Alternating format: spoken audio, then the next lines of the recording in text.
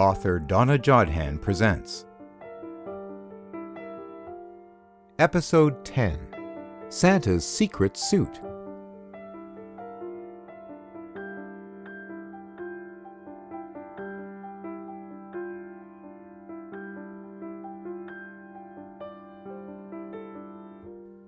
Miko Glitzky was a happy little boy. With two older brothers and parents for family, he was bright and always had an engaging smile and a twinkle in his baby blue eyes. He was shy, but always seemed to get himself in the middle of trouble. For a brief time, he had turned to petty crime, and his parents had begun to worry about what would become of him. But it would all change one night when Miko had a dream. The dream became the turning point in his life, and what a turning point it was. At the end, everything worked out. Santa's Secret Suit, a tale of fiction of a young man finding his purpose. Written by Donna J. Jodhan.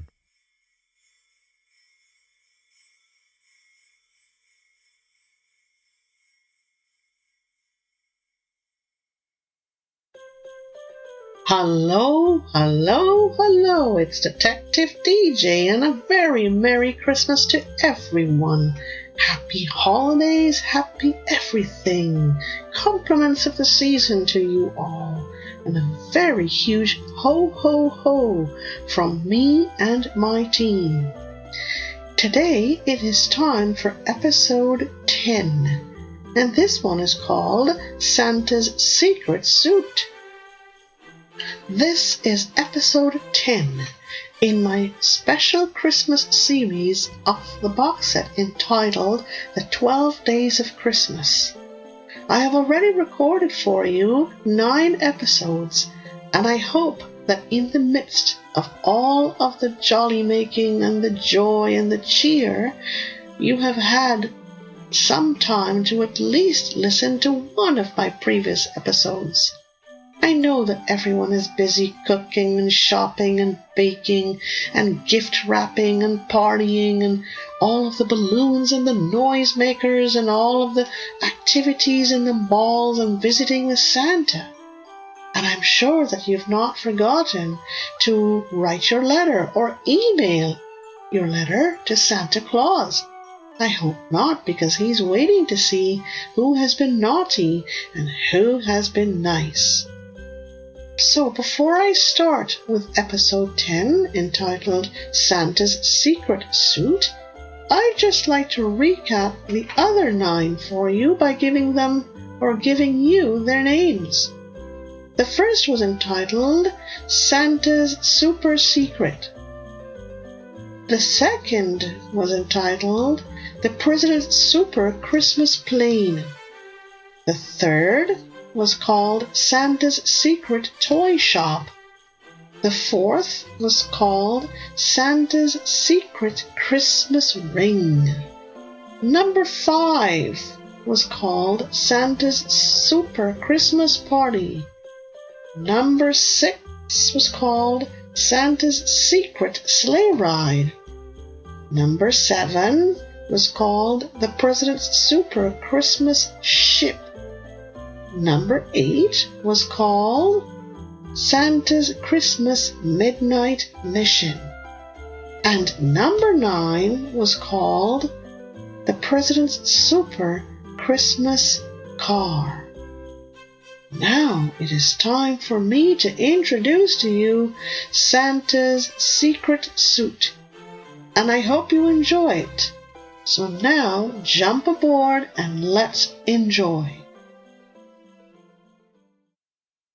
Miko Glitzky, the little boy. Miko Glitzky had always been a happy little boy. He had grown up in a happy family with 2 loving parents and 2 older brothers. Christmases were always wonderful ones, as Mr. and Mrs. Glitzky had made sure that their sons would have a great time during the holiday season. They went shopping for lots of clothes and toys. They visited the malls and attended lots and lots of functions and parties. They wrote letters to Santa Claus and asked for all kinds of things. They helped their parents to decorate the Christmas tree, and they attended Christmas Mass with their parents on Christmas Eve.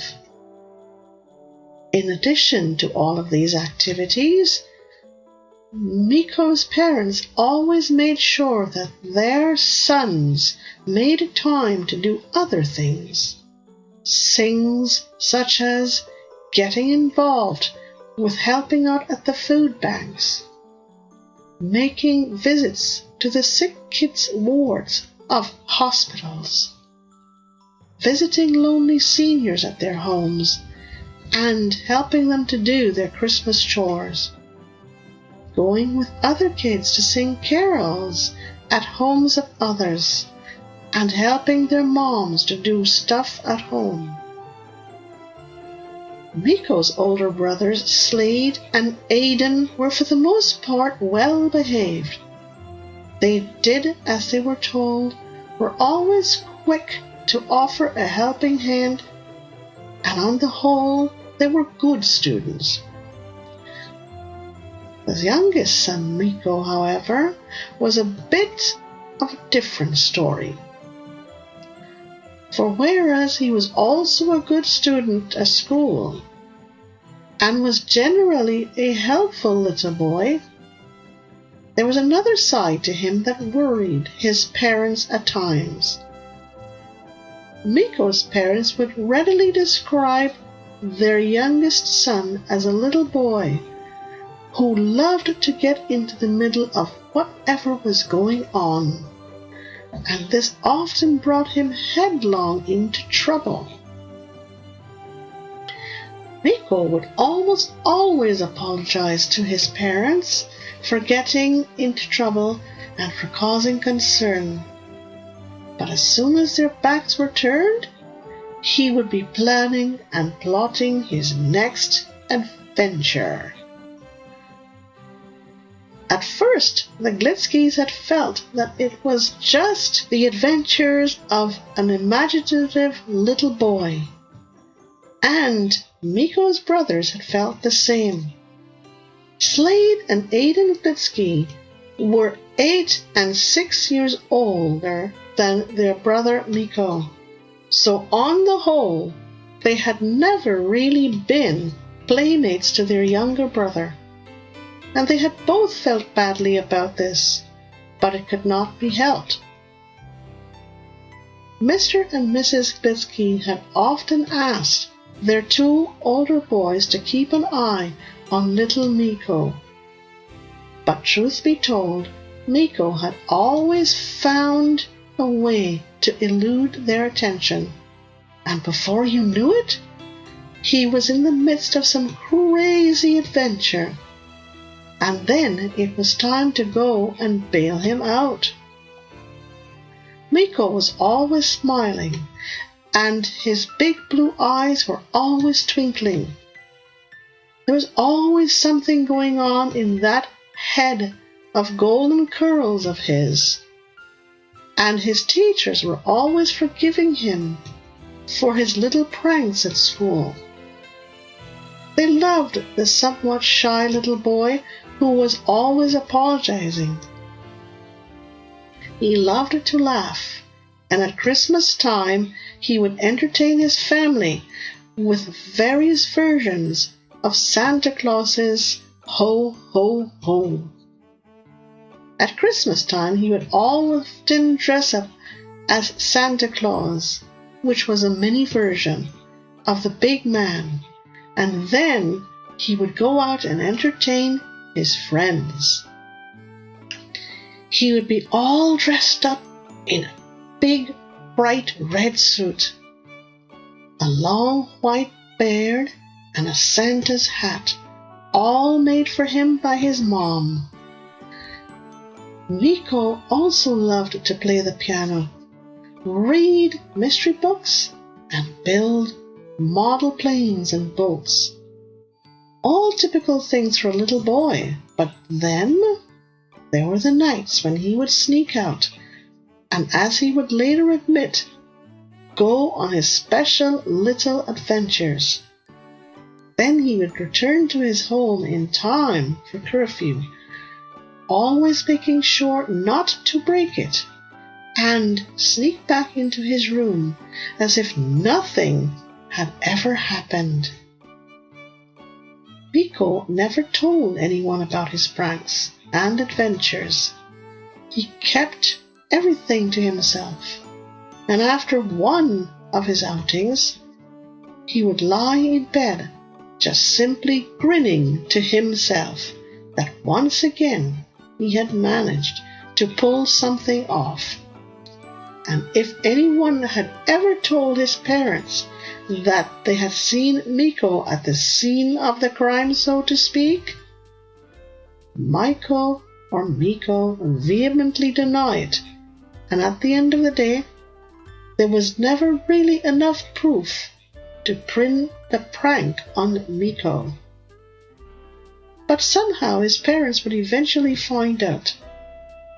But by that time it was too late, as the crime had already been committed. Nothing would last forever, however, and in his mind Miko knew this only too well. But as long as he stayed undetected, he would continue on with his adventures, as he called them. Besides, they made his little world more exciting and less boring. Yes, he loved his parents and older brothers dearly, but he often found them boring and stuffy, and he often referred to them in his mind as too good to be true. It was funny, but at each Christmas, Miko would dutifully write his letters to Santa Claus, and in them he would almost always ask for the same thing, a secret Santa suit. But he never told anyone why he was asking for this. And each time his parents read his letters, they would always shake their heads in puzzlement. And they would almost always say to each other, "That's just Miko." One time they did ask him why was it that he would always ask for a secret Santa suit. But Miko had not really given a response, choosing instead to just smile at them and wink his baby blue eyes. And the question was left hanging with no real response from the little boy. Miko's petty little pranks. There was a time that when he was just 4 years old, when he had ruined one of his mom's tea parties at Christmas time, when he had snuck in and had replaced the sugar in the sugar bowls with salt. But no one had ever suspected that it was him, and his mom had blamed herself for having made the mistake. Then there was a time when at age 6, he had managed to pull the fire alarm as the school was on lunch break, and everyone had to stand outside in the shivering cold, while the firemen made sure that there was no real fire. And no one had suspected the shy little boy with the engaging smile. Then, at age 7, he had somehow managed to pour glue all over the piano keys just before the Christmas concert. And the students had to end up singing without a piano accompaniment. Miko had never been caught for this prank, and had practically laughed himself to sleep that night. Of course, there were other little pranks along the way that Miko had played on his teachers. And one of these was the day that he had stuck gum on his teacher's chair, and he had almost been caught. The teacher had suspected that it was him, and had taken her suspicions to his parents, and they in turn had questioned Miko at length, but he had denied it all. The pranks had gotten more serious as he had grown older, and now at age 9, something would happen. And on an early December evening, things would come to a head for Miko. A Christmas school play was supposed to have taken place on this evening, and the hall was already full with students, parents, and friends. The noise level was very high, and everyone who was supposed to have been involved in something or something special was busy doing what they were supposed to be doing. Several of the students were suiting up for their respective roles. They were putting on their costumes and makeup and making sure that they looked good. They were busy looking in mirrors and checking things off with their friends. Others were practicing their lines at the last minute, and teachers were making sure that their respective groups were ready for action. Little Miko Glitzky was among the hustle and bustle, but not really a part of any group or anything. There he was, standing off to one corner, with a smile on his face and a twinkle in his baby blue eyes. No one was really paying attention to him as he stood there, and every now and then he would wave to one of his classmates as they walked by. Miko had come to the concert with his brothers, who were now in the audience with their friends. A few minutes before the first item on the Christmas concert was supposed to start, little Miko Glitzky made his move, and unseen by anyone, he had walked straight to the room that was close to the stage, and he had been checking out this room for the past few days, and had listened and observed what the room had contained, and what could happen if he were to do certain things. Miko had thought to himself that it would be really cool if he were to do it. No Christmas concert, and everyone would be forced to go home if he were to pull this one off. What a laugh! And Miko had quickly entered the small room and had stood for a moment listening. And when he had heard the principal being introduced by the master of ceremonies, he made his big move. Miko's lock-up experience. Miko reached tentatively for the switch on the wall and had no difficulty reaching it. He was tall enough, and after a second's hesitation, he flipped the switch. There was a loud bang, and then all was dark. Then pandemonium had broken out, and Miko had used the confusion to make good his escape. While the principal was attempting to calm the crowd in the hall, and teachers were attempting to do the same with their students backstage, Miko had fumbled his way along the hallway, and soon he had become lost. then he had begun to panic, as he had found himself becoming totally disoriented. And then the lights had returned, and Miko had begun to panic even more. This was not supposed to have happened, but then Miko had started to run, and as he was running, he thought he heard footsteps running behind him. Then he had begun to run faster, and soon enough he had found himself in an unfamiliar part of the school. He was not sure where he was going, but then he found himself running towards a half-opened door with a sign on it that said "Cleaning Room," and it was written in big, bold letters. Without thinking, Miko had slipped into the room and had shut the door behind him.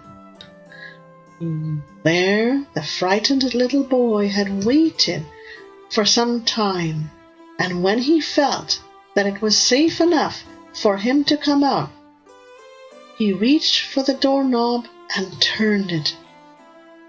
But alas, the door would not budge. The door was locked, and Miko had nowhere to go. Miko began to cry and to hammer on the door. He began to shout for help, but soon enough he realized that no one was hearing his cries for help. And then, to his total dismay, the lights had gone out, and now he was in total darkness. He could not see anything in front of him, let alone be able to see the time on his iPhone. He could not even operate his iPhone to be able to call anyone. It was just too dark to see anything.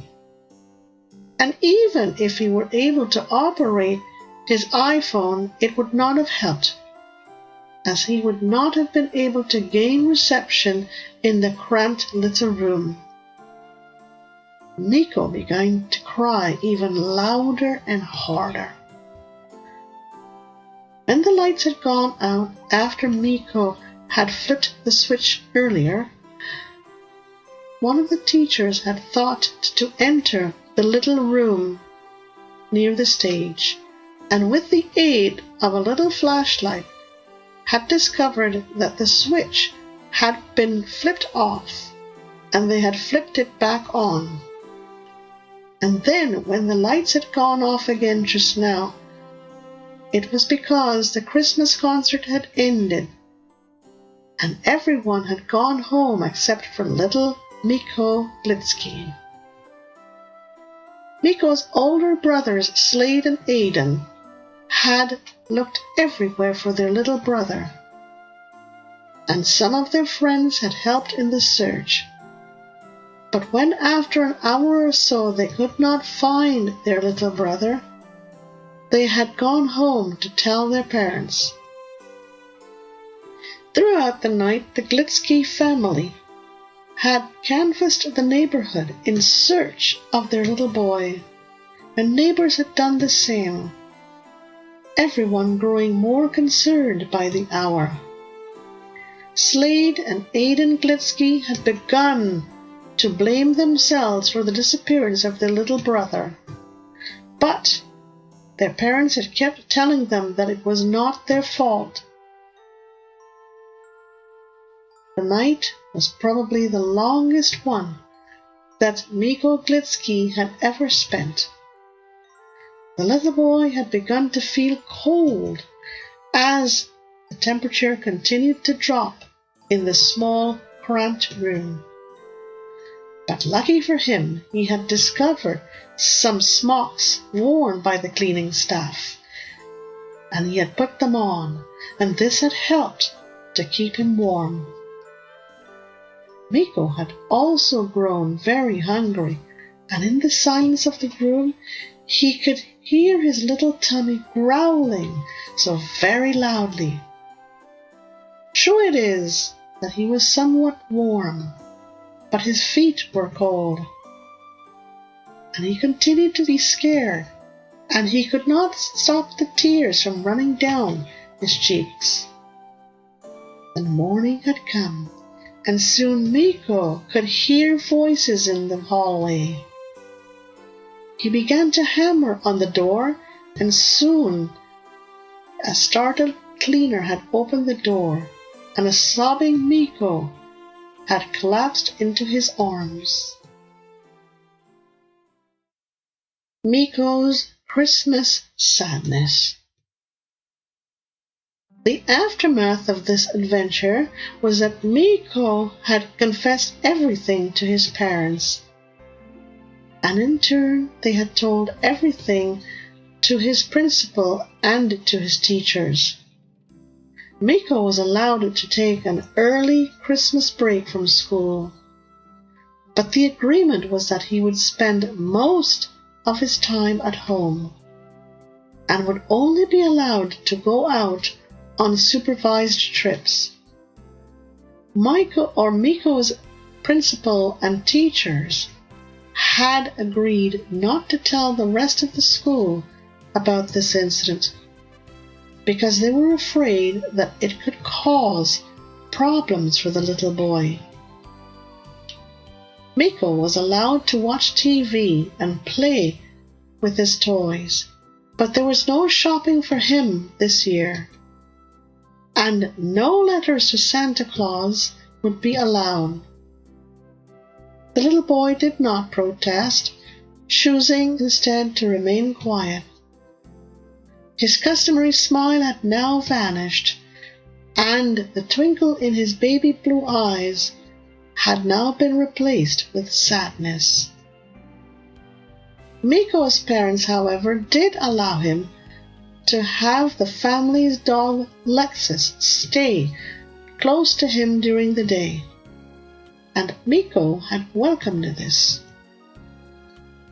A few days before Christmas, Slade and Aidan Glitzky had taken pity on their little brother and had taken him out shopping, but alas, the little boy had changed. No matter what his older brothers did to try and cheer him up, his baby blue eyes would only grow larger and fill with tears and sadness.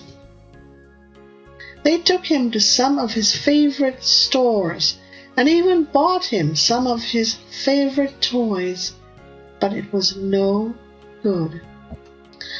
Miko's head remained bowed, and his face remained sad and was often hidden in his hands. Mr. and Mrs. Glitzky did their best to make him laugh, but he would only shake his head and turn away. And even when they offered to take him to a Santa Claus parade, which was one of his favorite Christmas activities, he politely declined and went off to his room, quietly shutting the door behind him. When his mom had asked him to help her decorate the tree, he had softly asked if he could be excused for this year, and she had not pushed him. And when his dad had asked him if he had wanted to go on a Christmas train ride around the city, he had also turned thumbs down on it. The Glitzky family had become troubled and sad, but they had understood. Miko's recent experience had scared him greatly, and now it would take time for him to recover. They were convinced that after this episode, Miko would probably never pull another prank. And the only thing to do now was to wait for him to come out of his sadness. There was one thing that Miko did agree to participate in, and this was going to Christmas Mass with his family. And on Christmas Eve he had sat quietly between his parents and had sang along softly with the choir. And after the Mass was over, Miko had gone with his family to visit the manger, and they had observed him staring longingly at the baby Jesus. And he had even been seen reaching out and touching gently the baby Jesus' face. Miko's Christmas Dream. Everyone had now gone to bed after returning home from Christmas Mass.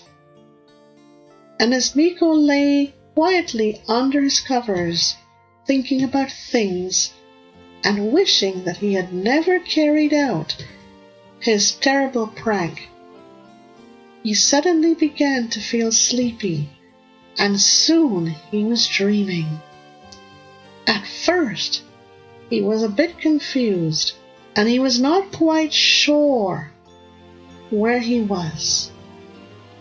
But then he had found himself in the middle of a huge mall, and when he looked up, he saw a nice lady walking towards him. Soon she was standing in front of him, and then she was smiling down at him, and then she spoke to him. She asked him his name, and he told her.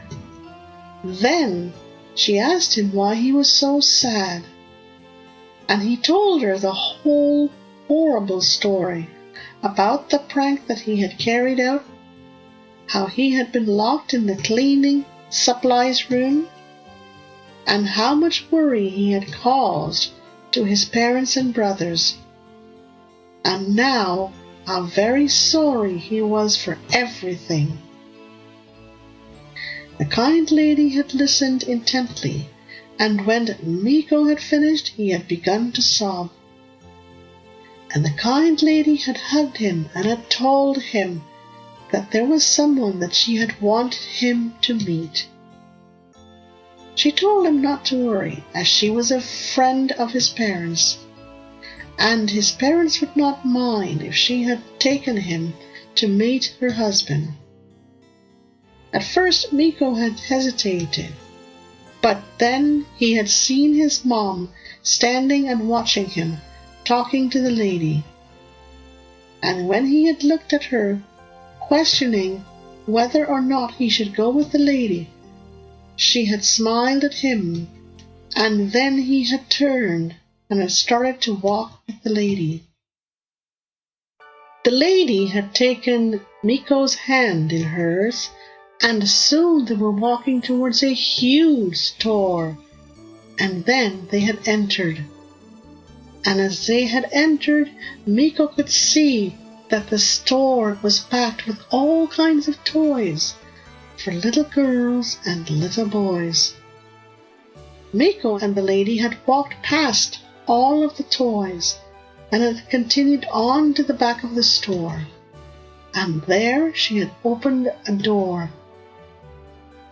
They entered, and Miko's breath was totally taken away when he saw it all.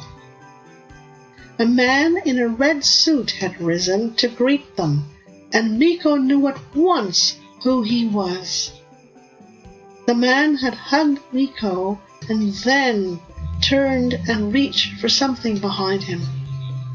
Then he had a suit in his hands and was holding it out towards Miko and telling him to put it on. Then he had made some adjustments to the suit and had told Miko to follow him. The man took Miko's hand as they walked, and soon enough they were out in the freezing cold. And there it was, Santa's gigantic sleigh. And waiting for them was Rudolph and the other reindeer. They greeted Santa, and he introduced them to Miko. Then Santa had handed Miko over to Rudolph, and he had placed Miko in the passenger seat of the sleigh. Then Santa had clambered aboard, followed by the reindeer, and soon it was time for takeoff. Miko could not believe it, and as the sleigh rose smoothly and slowly, he began to smile and clap his hands with joy. The Christmas air was fresh and cool, and it smelt of pine and spice. Santa spoke as he drove his sleigh, telling Miko where they were going to be going on this night. And soon everyone aboard was drinking hot chocolate and eating all kinds of Christmas goodies. And Mrs. Claus had started to sing Christmas carols. And soon everyone, including Miko, was joining in. They traveled over cities with bright lights. They traveled across the seas, and Miko could see large ships way down below, and their decks were crowded with sailors waving to them. They flew past planes of all sizes, and most of them waggled their wings in salute to Santa and his sleigh. They flew over forests, and birds and beasts alike greeted the sleigh as it sped by. Then they were dropping presents down chimneys and through open windows of houses, and Miko marveled at how this was being done. Santa showed Miko how to drop the presents down the chimneys and through the open windows, and he even allowed Miko to help him drive the sleigh. Then he and Miko had waved at the moon and the stars as they traveled along, and Miko had suddenly forgotten all about his troubles. Soon Miko was joining in the games with the reindeer as the sleigh flew, and then he had found himself playing air hockey and air skating with the reindeer. And they were doing this in mid-air, their feet just mere inches above the sleigh as it flew. Miko was having the time of his life, and Rudolph began to teach Miko how to do somersaults in mid-air, and the other reindeer were teaching him how to do other types of acrobats. And Santa and Mrs. Claus looked on with huge smiles on their faces as Miko and the reindeer continued to play and frolic. Miko was happy. He was laughing, smiling, and singing. He was waving at everything in sight and hugging each reindeer. But he had extra special hugs for Rudolph. Then Santa had taken the sleigh down to mere inches above a very calm ocean, and soon Miko and the other reindeer were water skiing and walking on the surface of the calm sea. Miko loved it all, and Santa and Mrs. Claus were so pleased that he was so happy.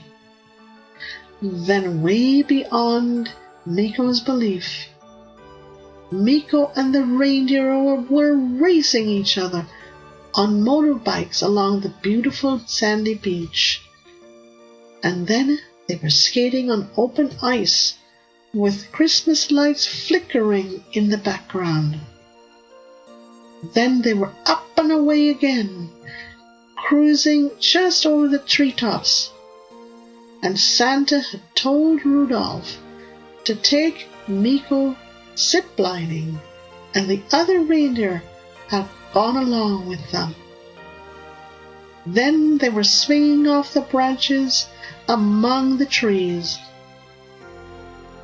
and chasing each other over the treetops. Then Santa had allowed Miko and Rudolph to walk across the top of a high mountain and slide down its side. Miko could not believe what a terrific time he was having. He had suddenly figured out something very delightful. His suit was enabling him to do all of this, as his special suit contained special features to help him do such things as fly, play in mid-air, walk across mountains and slide down their sides, walk on water, and swing among tree branches. But everything had to come to an end, and this dream would be no different. Miko returns. And then it was morning, and Miko was waking up. He rubbed his sleepy eyes and stretched, and then he remembered where he was. And he also remembered that it was Christmas morning. And then Miko suddenly began to smell all kinds of different things.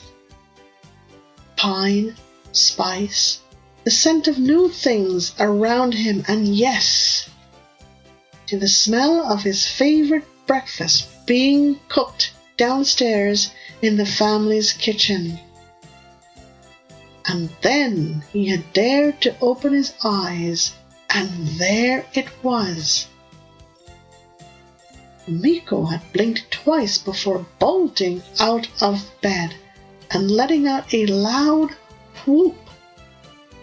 For there, hanging on a rack close to his bed, was a beautiful Santa suit with all of the additional paraphernalia: hat, beard, glasses, socks, shoes, and special gadgets to go along. And there was a huge card attached to it that read, "Merry Christmas, Miko. Enjoy." And it was signed from Santa and Mrs. Claus. And a string of X's and O's lay at the bottom of the card.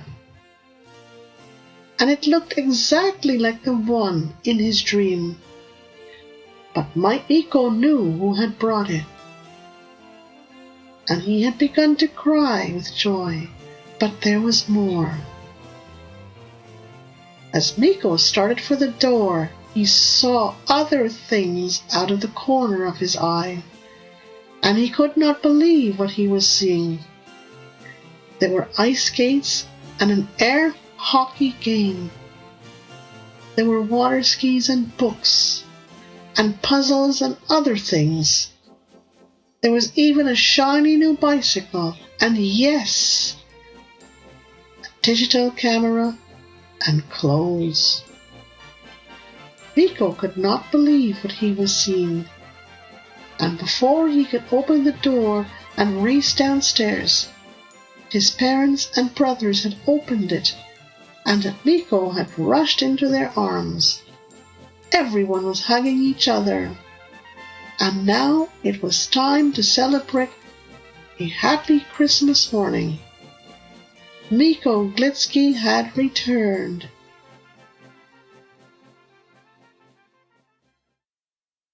This is the end of episode 10, entitled Miko, All About Miko. The title, Santa's Secret Suit. I hope you enjoyed it as much as I have enjoyed bringing it to you. And I'd like to take this opportunity on behalf of my team to wish each and every one of you a very, very Merry Christmas. Happy holidays, happy Hanukkah, happy everything, joy on the well, Feliz Navidad, Buen Natale. All the best for the coming new year. And I'll be back with another episode very shortly. You take care now, and we'll see you very soon. Ho, ho, ho.